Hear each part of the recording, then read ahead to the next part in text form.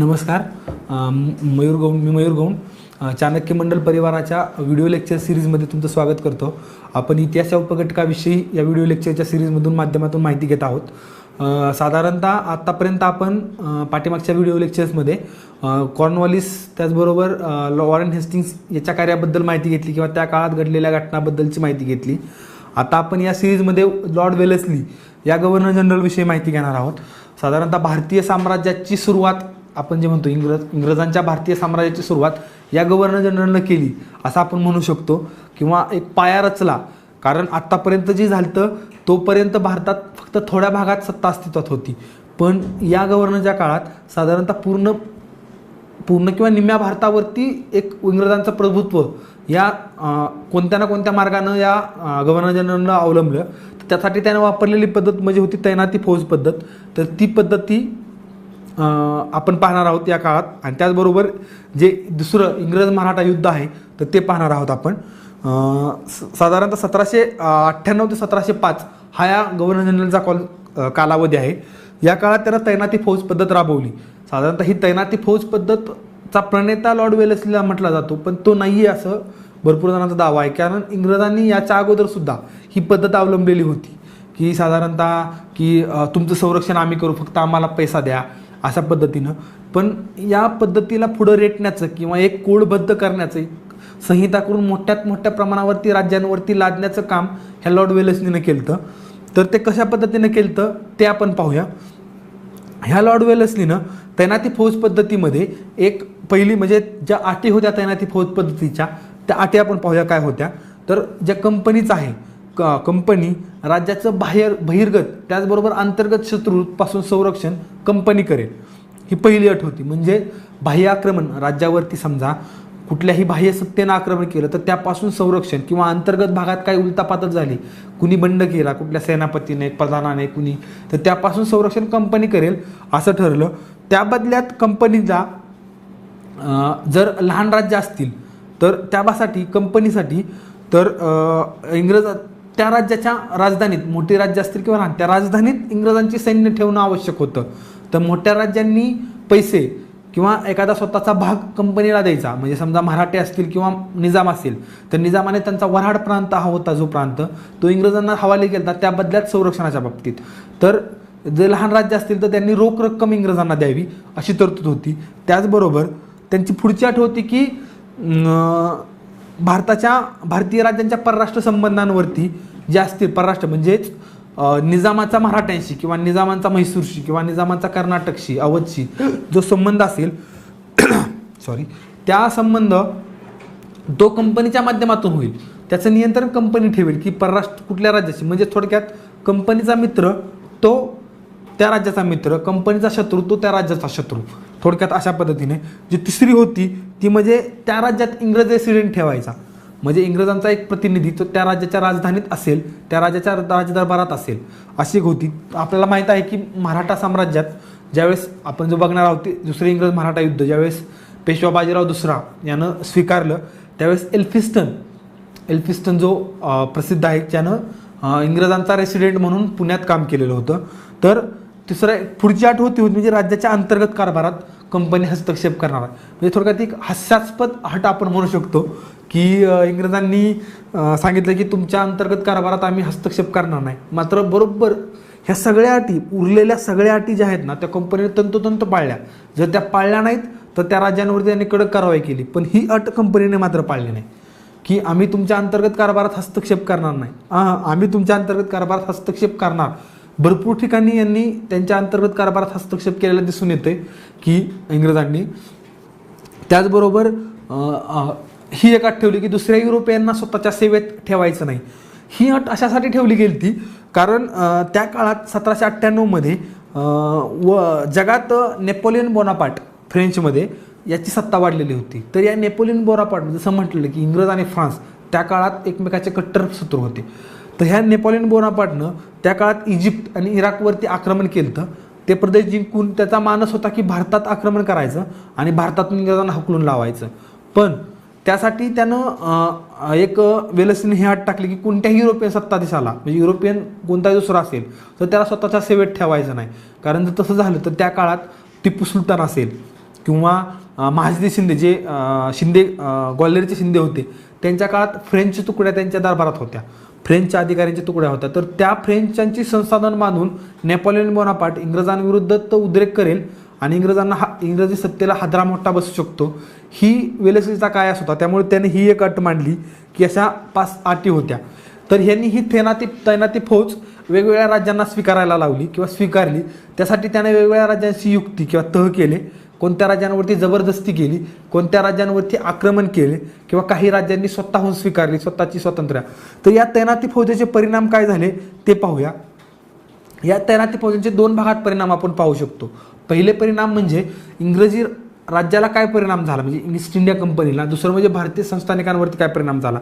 तर पहिल्यांदा आपण भारतीय संस्थानिकांवरती काय परिणाम झाला, तर साहजिकच आहे काय परिणाम झाला हे वेगळं सांगायची गरज नाही. संस्थानिकांनी स्वतःचं म्हणजे आगीतून फुपाट्यात पडले असं आपण म्हणू शकतो.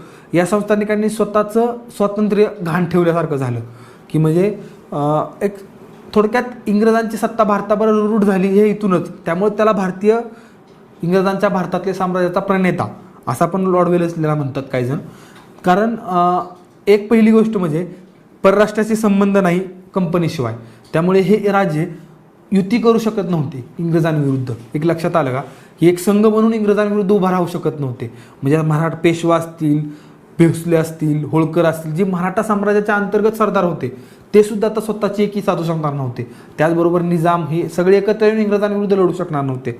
त्याचबरोबर स्वतःचं सैन्य नव्हतं, कारण जे रक्षण करणार होते ना तर हे कंपनी रक्षण करणार होते. त्यामुळे हे राजे एक ऐट खाऊ झाले, म्हणजे आळशी झाले आपण म्हणू शकतो, जे स्वतःचं नियंत्रण स्वतः करतील, निवांत राहतील अशा पद्धतीचं झालं. तिसरी गोष्ट म्हणजे जे स्वतः उठाव करू शकणार नव्हते. तिसरी गोष्ट हे राजे आळशी झाल्यामुळे प्रजेकडे दुर्लक्ष करू लागले, जे कल्याणाची कामं आहेत त्याकडे दुर्लक्ष करू लागले. त्यामुळं या अशा प्रकारे भारतीयांवरती परिणाम झाले. दुसरी गोष्ट कंपनीला फायदा काय झाला, एक कंपनीला फुकटचं सैन्य मिळालं. फुकटचं म्हणजे आता कसं तुम्ही विचाराल फुकटचं सैन्य कसं, तर पहिली गोष्ट म्हणजे हे सैन्य होतं ना, हे सैन्य कंपनी ह्या राजांच्या जीवनावर पोसत होती. म्हणजे हे जे राजे आहेत भोसले, शिंदे, होळकर, म्हैसूर, निजाम ह्यांच्या राज्यांच्या पैशावरती, म्हणजे अट काय होती की आम्ही तुमचं संरक्षण करू, त्या बदल्यात तुम्हाला त्या सैन्याचा खर्च द्यावा लागेल. झाला खर्च भागला. दुसरी गोष्ट, जे काही युद्ध होईल ते सैन्य स्वतःच्या प्रदेशात ठेवत नव्हते. कंपनीचा जो बंगालचा प्रांत असेल, मद्रास असेल, मुंबई असेल, त्या प्रांतात सैन्य नव्हते. ते सैन्य होतं त्या राज्याच्या राजधानीत होतं. त्या राज्याच्या राजधानीत असल्यामुळे स्वतःचा प्रदेश शांत राहिला, त्यामुळे दुसऱ्या प्रदेशात त्यांना लक्ष घालण्याला वेळ मिळाला. तिसरी गोष्ट अशी घडली की त्यांचा रेसिडेंट दुसऱ्या राज्याच्या राजधानीत असल्यामुळे त्या राज्याच्या राजधानीत काय घडतंय किंवा तो राजा आपल्या विरुद्ध दुसऱ्या परकीयाशी गुप्तपणे संधान बांधून एक युती तर तयार करत नाही ना ही एक लक्ष ठेवायला इंग्रजांना मिळालं. त्यामुळे त्यांची एक सत्ता सुरक्षित बनली इंग्रजांची. तर अशा प्रकारे इंग्रजांना ह्या तैनाती फौजेच्या पद्धतीचा फायदा झाला. तर ह्यातल्या अटी खूप महत्त्वाच्या आहेत. त्याचबरोबर ह्यात दुसरी गोष्ट महत्त्वाची आहे म्हणजे कोणत्या क्रमानं एमपीएससीचा मगाशी सांगितलं मी, क्रम आणि जोड्या लावा, ही एमपीएससीचा एक आवडता एरिया सेक्टर आहे आपण असं म्हणू शकतो. तर कोणत्या पद्धतीनं तैनाती फौज स्वीकारली गेली त्याचा एक साधारणतः फ्लो चार्ट दिला. एक महत्त्वाचे राजे, यात अजून देखील मोठमोठे राज्य आहेत पण हे साधारणतः खूप महत्त्वाचे होते. त्यामध्ये निजाम होता, ज्याने सगळ्यात पहिल्यांदा स्वीकारणारा राजा, ज्याने 1798 तैनाती फौज स्वीकारली. म्हणजे आल्या ज्याने ज्या क्षाली लावली त्या क्षाली निजामानं स्वीकारली. दुसरं होतं म्हैसूर. तर या म्हैसूरच्या बाबतीत असं झालं जे आपण पाहणार आहोत की चौथे इंग्रज म्हैसूर युद्ध. या इंग्रज म्हैसूर युद्धात साधारणतः टिपू मारला गेला, टिपू सुलतान. त्यामुळं म्हैसूरचं राज्य पडलं गेलं. साधारणतः हा टिपू एक सेनापती होता, तो नवाब होता तिथला, पण राजा मूळचा दुसराच होता, जो वाडियार घराणं म्हटलं जातं.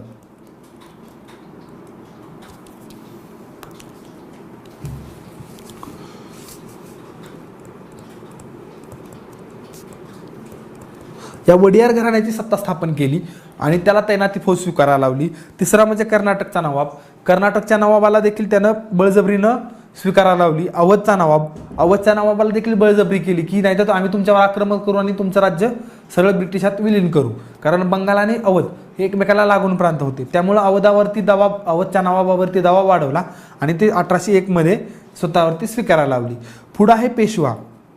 तर पेशव्यानं स्वतःहून म्हणजे स्वतःच्या पायावर स्वतःहून कुऱ्हाड मारणारा हा पेशवा होता, जो दुसरा इंग्रज मराठा युद्ध त्याची परिणिती म्हणून तैनाती फौज स्वीकारली. त्याची पार्श्वभूमी अशी की हा दुसरा बाजीराव पेशवा आणि ह्या सरदार म्हणजेच शिंदेचं जुळत होतं. पण शिंदे आणि होळकर, अहिल्याबाईंचा मृत्यू झालेला होता, त्यामुळे होळकरांच्या गादीवर कोण असावा हे पेशव्यांनी हस्तक्षेप करायला सुरुवात केली. जर की तुकोजी होळकर नावाच्या सरदाराला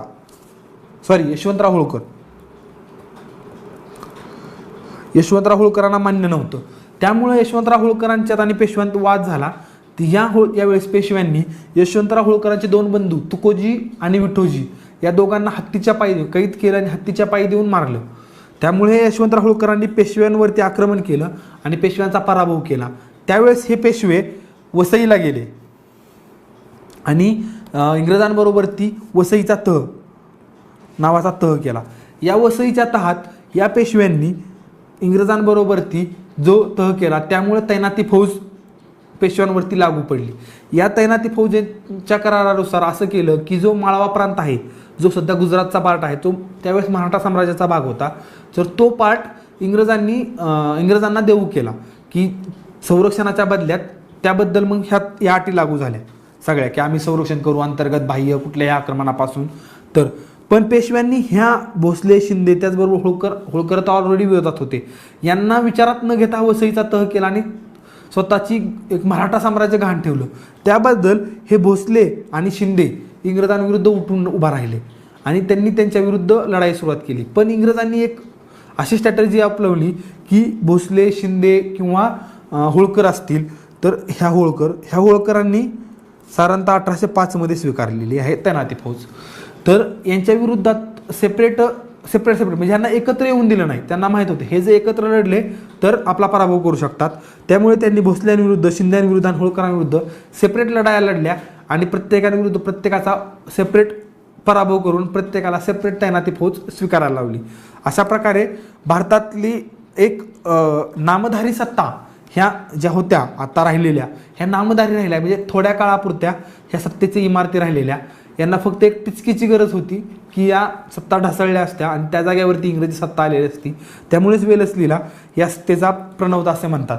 याच्या काळात एक सुधारणा घडली ती म्हणजे कॉलेज आपण जे म्हणतो ती. यानं 1899 मध्ये विल्यम फोर्ट नावाचं कोलकात्याला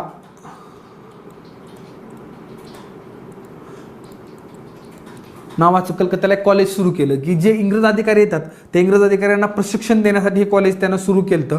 पण कंपनीनं हे कॉलेज बंद करायला लावलं आणि कंपनीनं असा कायदा केला की इंग्लंडमधून येतानाच इंग्लंडमध्येच प्रशिक्षण दिलं जाईल या अधिकाऱ्यांसाठी. तर आतापर्यंत आपण म्हणजे पाहिलं की लॉर्ड वेलेस्लीनं कशा प्रकारे भारतात तैनाती फौज राबवली किंवा कोणत्या प्रकारे त्यानं वरती नियंत्रण आणलं तर हे पाहिलं. तर यापुढे आपण आता अजून अशा वेगवेगळ्या गव्हर्नर जनरलची बद्दलची माहिती घेणार आहोत, तर ते आपण घेऊया. धन्यवाद.